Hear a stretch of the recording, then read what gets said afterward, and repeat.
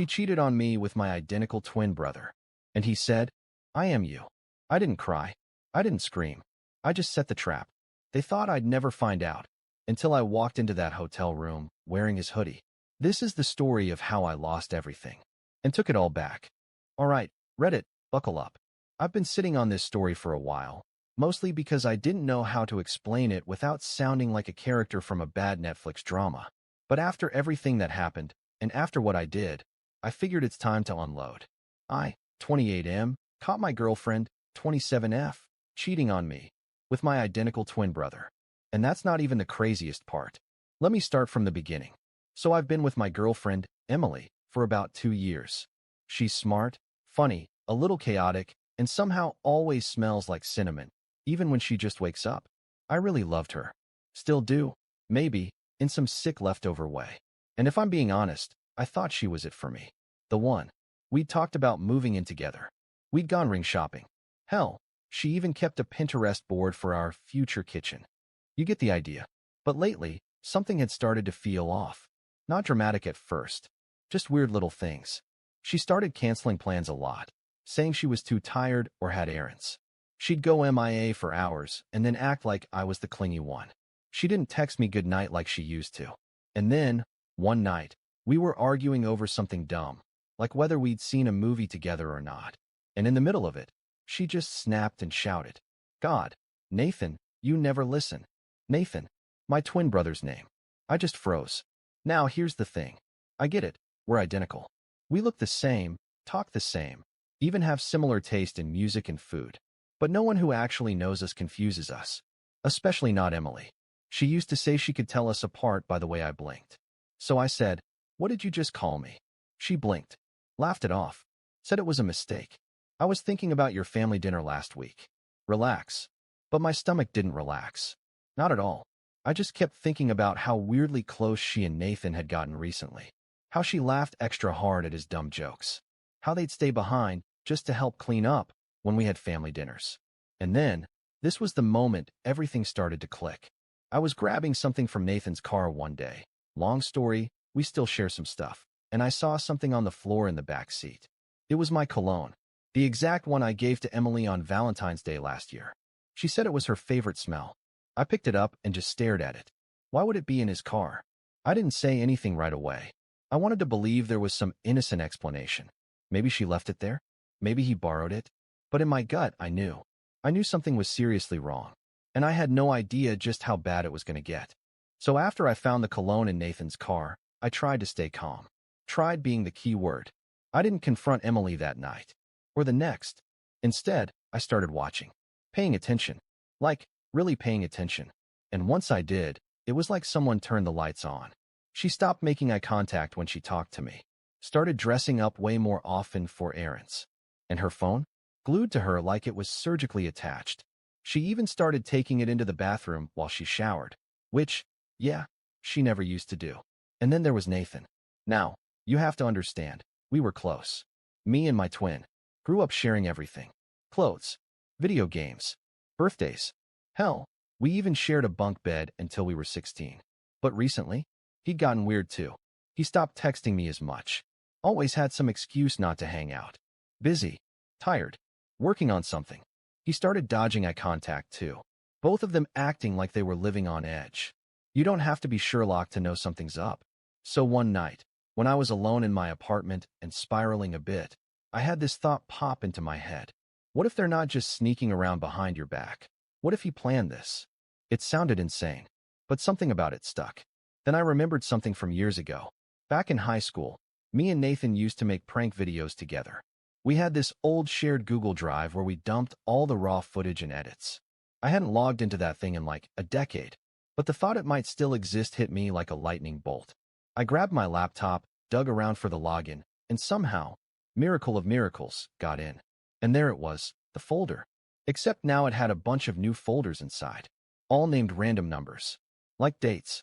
Out of curiosity, I clicked on the most recent one. And what I saw, let's just say I stopped breathing for a minute.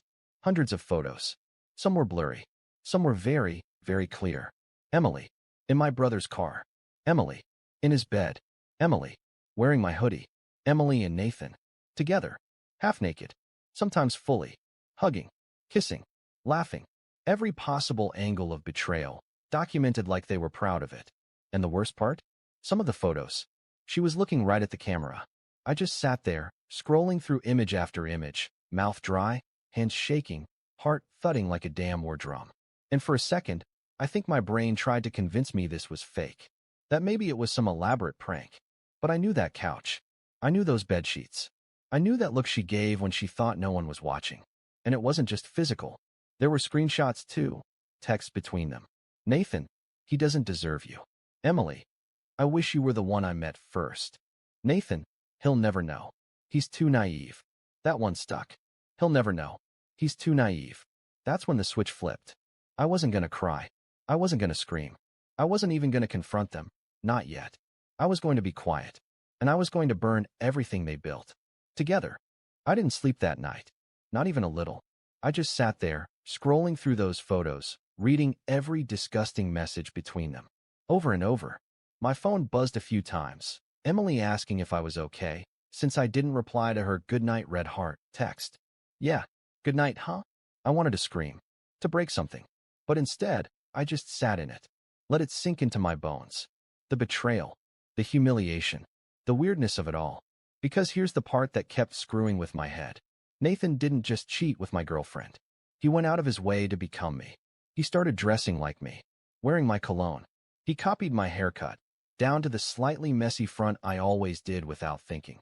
Even bought the same watch Emily gave me for my birthday. Same. Freaking. Watch. It was like he was trying to replace me. So I went full detective mode. I started combing through old texts, old photos, anything I could get my hands on. And you know what I found? This wasn't new. Little signs were everywhere. From months ago, maybe even longer. There was that time Emily posted a picture of me, holding her hand at a music festival. Only problem? I never went to that festival. I was out of town that entire weekend with friends. But the guy in the photo? You could only see his arm and part of his jawline. Nathan. Another time, she texted me. Last night was amazing, smiling face with hard eyes. I hadn't even seen her the night before. She was dating both of us. But here's the kicker. Sometimes, she didn't even know which one of us she was with. Think about how messed up that is. Nathan would act like me. Use my nicknames for her. Take her to places I took her first. And she either didn't care or didn't want to know the truth. But the worst thing I found? A video. They were in Nathan's apartment. Kissing. Talking. Laughing. And she said this. You're so much more confident than him. I wish he were more like you. And he replied, I am him. Like it was some kind of joke. Like he was the better version. Like I was just the beta test, and he was the upgrade. I sat there for a long time after that, thinking. I wasn't even angry anymore. Something colder had taken over. If Nathan wanted to be me so badly, fine. Let's see how far he'd go. So, I knew they were lying. I knew they were sneaking around. And now, I knew that he wanted to be me. So I gave him exactly what he wanted. I stopped being emotional. Stopped acting suspicious. I started replying to Emily's texts again. Called her babe. Sent her cute memes like nothing happened. I even told her I was thinking about taking the next step. Her little heart emoji response made me gag. I did the same with Nathan. Hit him up like old times. Bro, we should hang out soon. Told him I missed him. Said I felt off lately and wanted to reconnect. The dude bought it instantly. Ego through the roof. He thought I was an idiot. Perfect. What they didn't know is that I'd already started setting up the trap. Step 1, I started impersonating him. I mimicked his voice, his phrases. Started texting Emily from a burner number, pretending to be Nathan. Just little things at first. Can't stop thinking about you. He doesn't appreciate you. I wish I could tell him the truth. She ate it up. Ate it up. I scheduled a fake date between the two of them. Said I'd book a hotel room, sneak her away for the weekend. She was hesitant at first. Guilty, maybe. But all it took was one message. He doesn't have to know. Step 2. I made sure Nathan found out she might be pregnant. Yeah, that was low. But screw it. I sent an anonymous email to his work account, pretending to be Emily. We need to talk. I took 2 tests. I'm late. I'm freaking out.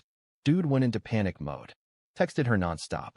She was confused, of course. Didn't send that message. But now, they were both on edge. Exactly where I wanted them. Step 3. I rented the hotel room myself. Under his name. Same time, Same date as the fake secret meetup I'd scheduled. Put hidden cameras in the room. Clean, non-creepy, strictly for evidence. I wanted the full confessional. The meltdown. The truth. Then I texted them both. From my burner, as Nathan, I told Emily to come to the room. And to Nathan, I said, she wants to tell you in person. You should be there. They both confirmed. 2 birds. 1 nuke. And then I waited. The room was set up like a trap in a movie. Lights dimmed. Camera behind a lamp. Another one in the mirror, 2-way film. Thank you, YouTube tutorials. I had everything running on a live feedback at my apartment. I sat in the dark with a beer and popcorn, watching them walk into the room, minutes apart. Emily, confused. Nathan, nervous. Then, boom. They saw each other. Realized something was off. Started whispering, arguing, blaming each other. And right when it started to boil over, I walked in. Wearing his hoodie. Emily gasped. Nathan's face turned white. You wanted to be me, right? I said. So here I am. They didn't say a word. Just stood there. Caught. Cornered. No more lies. No way out. I reached into my pocket, pulled out a flash drive, and dropped it on the bed. Everything's backed up. Photos. Texts. Video. All of it. Don't worry, I haven't posted anything. Yet. Then I looked at Emily. You said I wasn't confident enough. Now I'm confident enough to leave both of you. And with that, I walked out. Didn't yell. Didn't cry. Just walked. After I walked out of that hotel room, I didn't go home. Didn't answer texts. Didn't turn on my phone. I just drove. No music. No destination. Just me, the highway, and the sound of my brother and girlfriend's betrayal echoing in my head. And the thing is, I wasn't even angry anymore. I felt light. Like I'd been dragging a rotting corpse behind me for months and finally let go. They deserved each other. They deserved everything that was about to happen. First fallout. Emily. She showed up at my place the next morning, pounding on the door like she was trying to break it down. I didn't answer. She left voicemails, dozens. Please, just talk to me. I messed up, but I didn't mean for it to happen like this. You don't understand. It was complicated.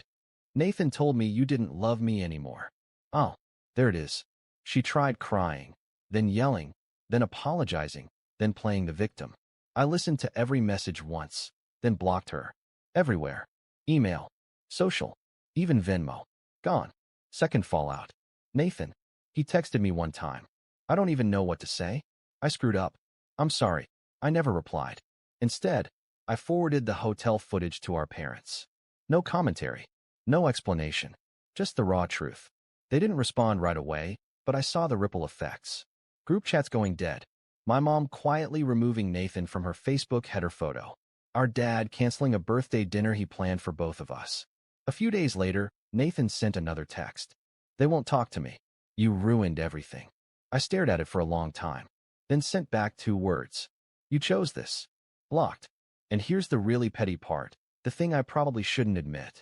I sent the footage to Emily's best friend. Not to be messy, but because, well, Emily's best friend used to like me. She told me once, way back, if you ever get tired of Cinnamon Girl, call me. So I did. And when we got coffee a few days later, I didn't even bring it up. Neither did she. She just smiled and said, took you long enough. I didn't want revenge for clout. Didn't want to ruin lives or go viral. I just wanted them to feel it. To feel that sting every time they looked at each other. To know the only thing they have in common now is what they destroyed. A few weeks passed. No drama. No more calls. Just silence. Emily had vanished off my radar completely. Mutual friends unfollowed her. Her little future kitchen Pinterest board? Gone. Her IG bio? Wiped. Quietly erased like she was trying to start over, rebuild from the ashes. Good luck with that. Nathan, though? He didn't disappear. He lingered. I kept hearing little things from people. How he looked like a ghost at work. Lost weight. Wasn't showing up to family stuff. Rumor was our dad told him, flat out. You're not my son right now. I never said a word. Not to him. Not to anyone. But I had one final thing I needed to do. Something poetic. I went back to our childhood home one afternoon when I knew no one would be there. Just me and that dusty, frozen-in-time house. The one where we used to play pretend and wrestle over cereal boxes. The house where we promised each other, blood first, girls second. I taped an envelope to the front door. Inside, one photo. Not a real one. AI generated. But perfectly believable. It showed me and Emily, smiling, holding hands at a beach, looking disgustingly happy. Her head on my shoulder. A soft filter like it was taken on a sunny vacation. Fake, but real enough to break something. I never heard back from Nathan. Never got a text. Never saw a post. But I know he saw it. And I know what it did to him. Because the idea that I took her back, that I forgave her, that I won, that's the kind of thing that rots a man like Nathan from the inside out. And that's it. No blowout fight. No courtroom drama. No public callouts. Just the quiet knowing that they ruined each other trying to ruin me. Let them live with that. He wanted to be me so badly. Now he can keep the wreckage.